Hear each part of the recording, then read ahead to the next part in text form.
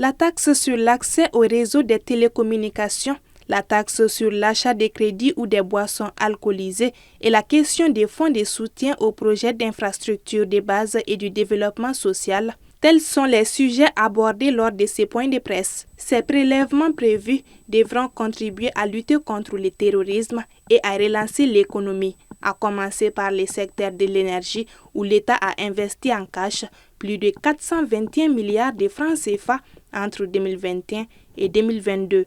Selon le ministre de l'Économie et des Finances, ces différents décrets ont été pris sur la base d'un certain nombre de rencontres avec cette association de consommateurs qui n'ont pas soulevé d'objection. Donc on a échangé, ils ont trouvé que c'était très bien. Le taux de TARTOP qui s'applique directement au chiffre d'affaires des entreprises, les 0,50 de contribution spéciale directement au chiffre d'affaires des entreprises, la taxe sur les boissons alcoolisées, évidemment, c'est une taxe sur les boissons alcoolisées.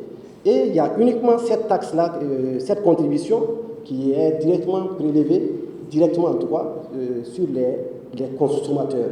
La collecte de ces montants peut amener l'État dans les 140 milliards de francs CFA par an. Un montant qui doit permettre à investir dans le secteur de l'énergie afin que la société EDM SA puisse vendre l'énergie à 90 ou à 110 francs le kilowatt.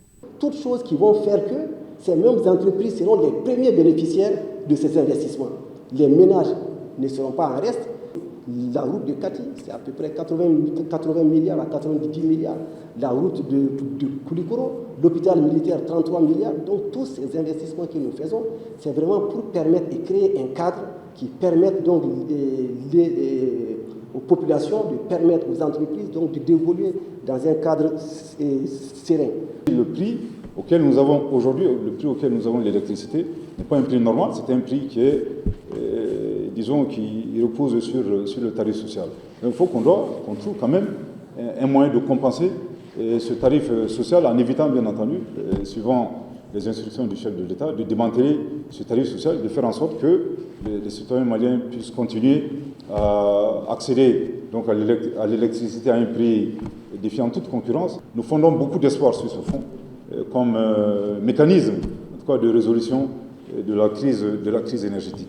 Une fois mise en œuvre, cette augmentation de la taxe sur les services télécoms peut contribuer à augmenter les recettes du gouvernement malien. Toutefois, il faut noter que le projet de loi adopté par le Conseil des ministres sera soumis à l'approbation du Conseil national de transition, l'organe législatif, avant d'être éventuellement promulgué et mis en vigueur.